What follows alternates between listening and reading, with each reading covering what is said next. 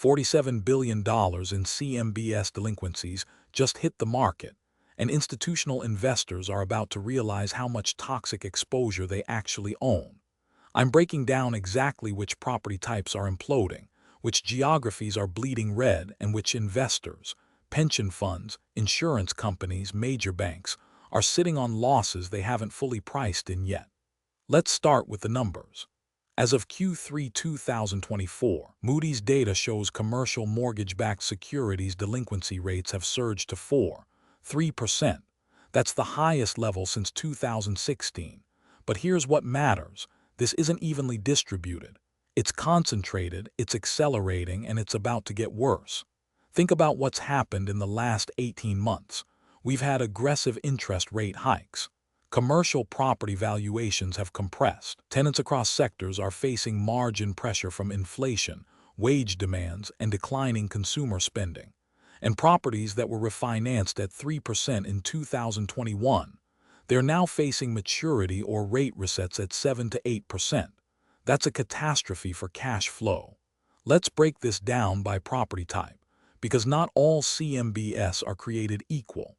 Office buildings. Office is the canary in the coal mine. We're seeing 9.2% delinquency rates in office-focused CMBS pools, and it's not just Manhattan.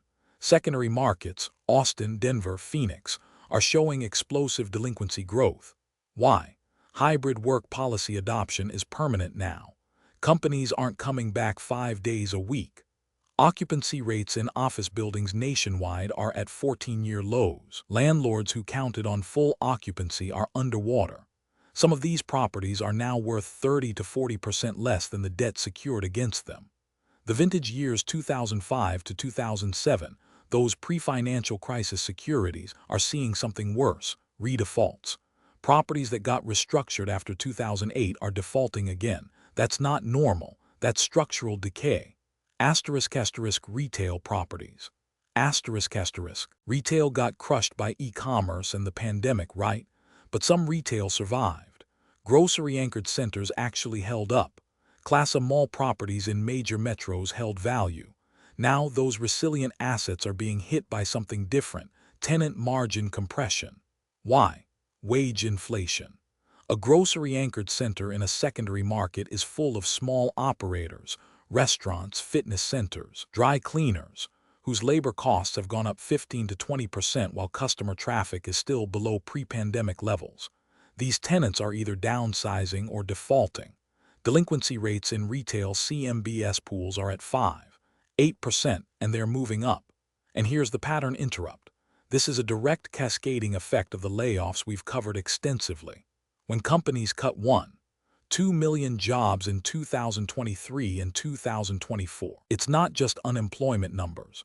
Those laid-off workers cut retail spending, restaurant visits, salon traffic, tenant revenue declines, rent payments fail, CMBS delinquencies spike, industrial and multifamily, the supposed safe havens, industrial seemed recession-proof, Amazon, e-commerce, supply chain reshuffling, demand should be strong.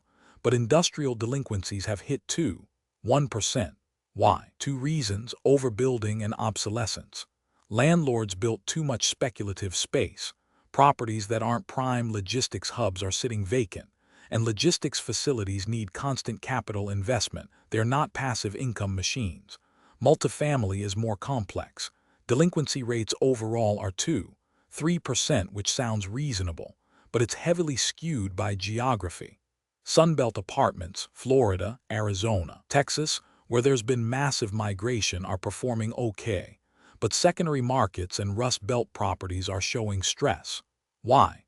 Tenant income hasn't kept pace with rent growth. We've had 2 years of 10+% annual rent increases. Incomes have grown 4 to 6%. That gap is unsustainable. Tenants are either moving or defaulting. Now let's talk geography, because this is where institutional portfolios face real hidden exposure. The delinquency hotspots. Florida, specifically Tampa, Miami, and Orlando office markets.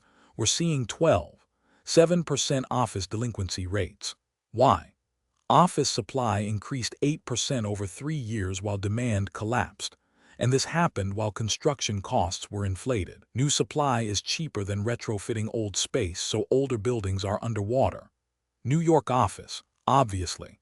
Manhattan commercial real estate has seen two major shocks: work from home and then an exodus of financial services jobs. Delinquency rates are 8.4%. Los Angeles retail, commercial real estate tied to retail in L.A. is showing 7.2% delinquency rates. Why? Supply chain consolidation moved warehouse jobs out of L.A. to inland locations. Consumer spending in the LA metro has weakened. Small merchants are shrinking or closing.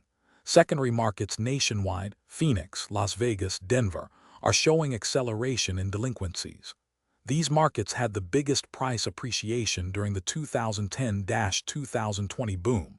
Properties were refinanced at peak valuations. Now valuations are normalizing and borrowers are underwater. But here's what most investors missed. The delinquencies hitting now aren't from properties that were always marginal.